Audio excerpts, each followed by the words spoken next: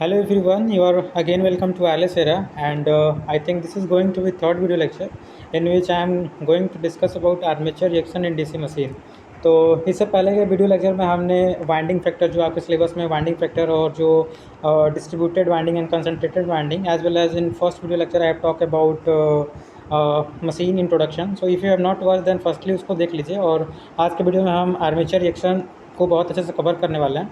तो please I would request कि video को लास्ट तक देखिए and then I hope this topic is going to be cover very clearly. So let's begin this topic without delaying. So देखिए, सबसे पहले हम आपको बताना चाहते हैं आर्मेचर रिएक्शन क्या होता है with definition. Then I will cover with this going to example. Okay, so सबसे पहले देखिए आर्मेचर रिएक्शन होता क्या है. बहुत साधारण भाषा में बहुत ही सिंपली अगर बताएं तो effect of armature flux on main field flux is known as armature reaction. जो इफेक्ट ऑफ आर्मेचर फ्लक्स जो होता है ना आर्मेचर में, देखिए क्या होता है. सबसे पहले हम फिगर से चल के समझाते हैं. देखिए, जब सबसे पहले ये हमारा मोटर हो गया, मतलब मोटर का हमने कंस्ट्रक्शन किया जिसमें कि ये नॉर्थ पोल, ये साउथ पोल, इसके अंदर एक आर्मेचर है, राइट. तो जब हमारा मोटर नो लोड पे होगा तो केवल इसमें जो मैग्नेटिक फील्ड बनेगा वो फील्ड लाइन का बनेगा, राइट. केवल फील्ड लाइन ऐसे बन रहा है. लेकिन जैसे ही हमारा मोटर लोडेड कंडीशन पहुंचेगा, लोड कंडीशन, तो इसमें भी क्या होगा, इसमें भी हमारा करंट इंड्यूस होगा. करंट इंड्यूस होगा तो देखिए, सबसे पहले आप देखिए ये जो हमने मैग्नेटिक फील्ड लाइन बनाया है, ये जो है मैग्नेटिक फील्ड लाइन है. लेकिन जब हमारा मोटर क्या हो जाएगा, लोडेड हो जाएगा, तो इसमें भी हमारा मतलब करंट इंड्यूस होगा, जिससे कि इसमें करंट इंड्यूस होने से ये भी अपना मतलब फ्लक्स क्रिएट करने लगेगा. तो ये क्या होगा, देखिए जो हमारा मेन फील्ड फ्लक्स है वो ऐसे जा रहा है, लेकिन यहाँ पे देखिए ये कंडक्टर अंदर की तरफ है, अंदर की तरफ ये वाले, तो ये मतलब अपने मैग्नेटिक फील्ड नीचे की तरफ बनाएंगे. और ये जो कंडक्टर हैं अगर मतलब कर्ल्स लाइन पड़े हैं तो ये बाहर की तरफ है, तो ये अपना मैग्नेटिक फील्ड लाइन ऐसे बनाएगा. मतलब क्या कर रहा है, जो मेन फील्ड फ्लक्स है, देखिए यहाँ पर समझिए, जो हमारा मेन फील्ड फ्लक्स है ऐसे जा रहा है, लेकिन इसको ये क्या कर दे रहा है, थोड़ा सा ये मतलब क्या, मतलब टिल्ट कर दे रहा है. मतलब सीधा ना जाके मैग्नेटिक फील्ड लाइन, अगर हमारे मोटर को इफिशिएंट वर्क करना है तो जो मैग्नेटिक फील्ड लाइन है उसको ऐसे पास करना चाहिए. लेकिन ये क्या कर रहा है, आर्मेचर रिएक्शन, एक रिएक्शन रिएक्ट कर दे रहा है. क्योंकि जैसे ही आर्मेचर में हम मतलब यहाँ पे देख रहे हैं आर्मेचर में करंट इंड्यूस हो रहा है, तो ये अपना मैग्नेटिक फील्ड लाइन ऐसे क्रिएट कर रहा है, जिसके कारण क्या हो रहा है, हमारा जो मेन फील्ड फ्लक्स है वो जो है डाइवर्ट हो जा रहा है, डाइवर्ट हो जा रहा है ऐसे. तो जहाँ मतलब यहाँ पे जो मैग्नेटिक फील्ड लाइन है यहाँ जो है थोड़ा कम हो जाता है, और यहाँ पे मैग्नेटिक फील्ड लाइन ज़्यादा हो जाता है. तो जहाँ मैग्नेटिक फील्ड लाइन ज़्यादा होता है उसे लीडिंग पोल टिप बोलते हैं, और जहाँ हमारा मैग्नेटिक फील्ड लाइन कम हो जाती है उसको ट्रेलिंग पोल टिप बोलते हैं.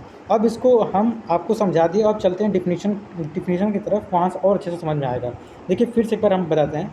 The effect of armature flux and main field flux. जो आर्मेचर फ्लक्स जो अभी देखे थे, आर्मेचर का फ्लक्स जो क्रिएट हो रहा है उसके कारण जो रिएक्शन हो रहा है मेन फील्ड फ्लक्स, जो मेन फील्ड को चेंज कर दे रहा है, उसी को हम आर्मेचर रिएक्शन के नाम जानते हैं. जैसे कि हमने बताया कि जो नो लोड पे होगा आर्मेचर रिएक्शन नहीं होगा, क्योंकि नो लोड पे हमारे आर्मेचर में करंट इंड्यूस नहीं होगा, जिसके कारण कोई भी आर्मेचर रिएक्शन हम नहीं देखते हैं. केवल और केवल लोडेड कंडीशन पे हमारा आर्मेचर रिएक्शन ऑकर होता है.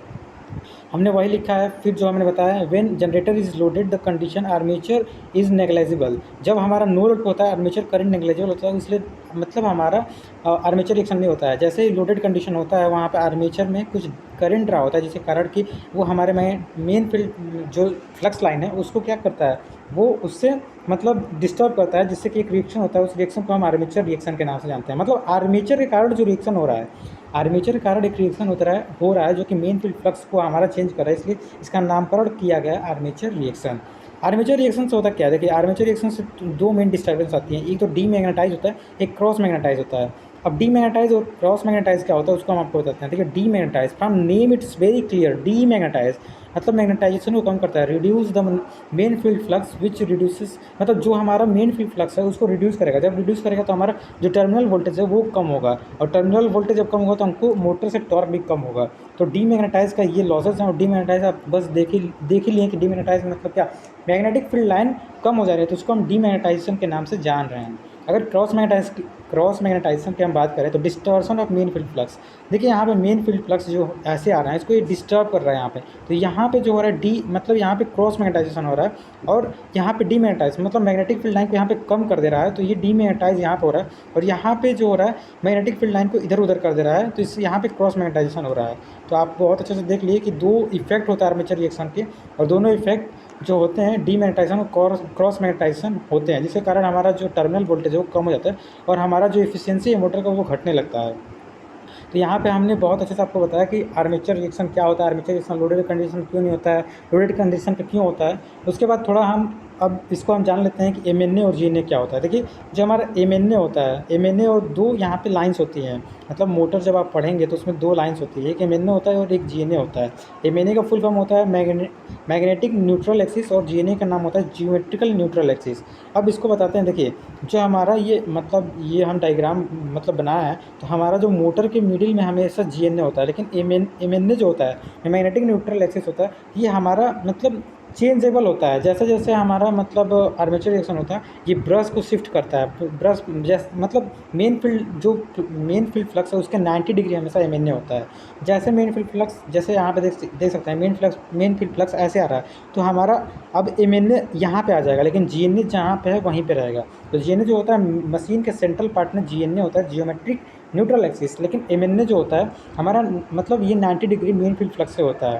तो यहाँ से आप देखिए, जो हमारा नो लोड कंडीशन पे, यहाँ पे हमने देखा है जो हमारा नो लोड कंडीशन पे एमएनए और जीएनए दोनों एक साथ होंगे, लेकिन जैसे ही लोडेड कंडीशन पे आएगा हमारा, देखिए एमएनए यहाँ पे, जीएनए यहाँ पे है, और यहाँ पे आर्मेचर एक फ्लक्स आ जाएगा। जैसे ही हमारा मोटर लोडेड कंडीशन पे होगा, एक आर्मेचर करंट आ जाएगा, जिसके कारण आर्मेचर फ्लक्स नीचे की तरफ आएगा, और यहाँ पे जैसे ही रिएक्शन होगा तो हमारा जो है आर्मेचर रिजल्टेंट, देखिए ये तो हो गया फील्ड फ्लक्स हो गया, ये आर्मेचर फ्लक्स हो गया, दोनों कारण एक फ्लक्स मतलब रिजल्टेंट फ्लक्स होगा, जो कि यही आर्मेचर फ्लक्स के नाम से हम जानते हैं, जो कि हमारा रिजल्टेंट फ्लक्स है दोनों के फ्लक्स के। तो ये जो होता है डीमैग्नेटाइज करता है इधर वाला फ्लक्स, और इधर वाला जो होता है क्रॉस मैग्नेटाइज करता है।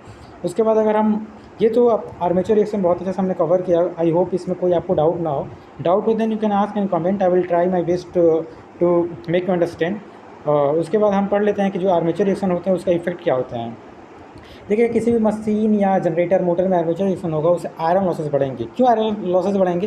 क्योंकि यहाँ पे हमारा जो मतलब लॉसेस, आयरन लॉसेस, क्योंकि यहाँ पे हमारा मैग्नेटिक फील्ड लाइन डिस्टर्ब हो रहा है, और मैग्नेटिक फील्ड के कारण ही हमारा आयरन लॉस होता है। तो यहाँ पे हमारा डिस्टॉर्शन ऑफ फील्ड के कारण हमारा जो होगा आयरन लॉसेस हमारे मशीन में ज़्यादा देखे जाएंगे, और जिससे कि हमारी मशीन का एफिशिएंसी घट जाएगा।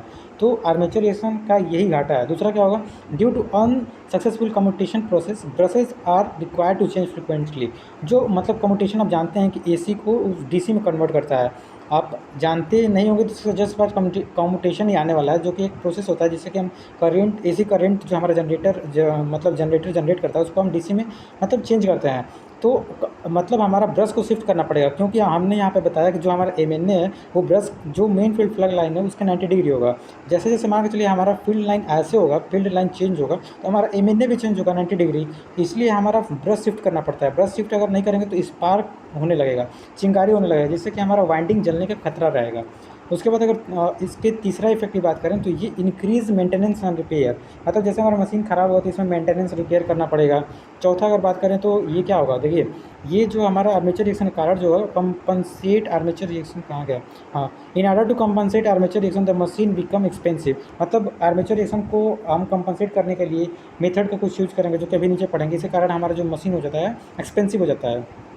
अब method to reduce armature reaction, जो कि हम कल के टॉपिक में कवर करेंगे। आज आर्मेचर रिएक्शन हमने बताया, आर्मेचर रिएक्शन के इफेक्ट बताया। कल के टॉपिक में हम आर्मेचर रिएक्शन की मतलब कैसे हम इम्प्रूव करेंगे। तो इसके इम्प्रूव करने के 5 तरीके होते हैं। ब्रश शिफ्टिंग, जैसे कि आपने देखा कि ब्रश को शिफ्ट करके हम जो स्पार्कलेस हो रहा था उसको हम मतलब क्या कर सकते हैं, ओवरकम कर सकते हैं। दूसरा पोल चैम्फरिंग होता है, पोल स्टैकिंग होता है, पोल कोर स्लॉटिंग होता है, और कंपनसेटिंग वाइंडिंग होता है। तो मेन जो होता है सबसे ज़्यादा यूज होता है वो कंपनसेटिंग वाइंडिंग यूज होता है। तो हम इसी मतलब 5वें जो हमने लिखा है कंपनसेटिंग वाइंडिंग, इसी को बहुत ही डिटेल में हम डिस्कस करने वाले हैं। इससे पहले जो हमने ये डिस्कस किया ब्रश शिफ्टिंग, पोल चैम्फरिंग, पोल स्टैकिंग और पोल कोर स्लॉटिंग, इसको हम आपको बता देंगे, लेकिन डिफिनीशन हम अपने नोट्स में नहीं कवर करेंगे। लेकिन नोट्स के साथ बहुत अच्छे से आपको हम कंपनसेटिंग वाइंडिंग से कैसे कंपनसेट करते हैं आर्मेचर रिएक्शन वो बताएंगे। तो आई होप इस छोटे से वीडियो में हम आपको आर्मेचर रिएक्शन बताने की कोशिश की, आपको समझ में आया। अगर समझ में आया तो please like, share and subscribe. Thank you.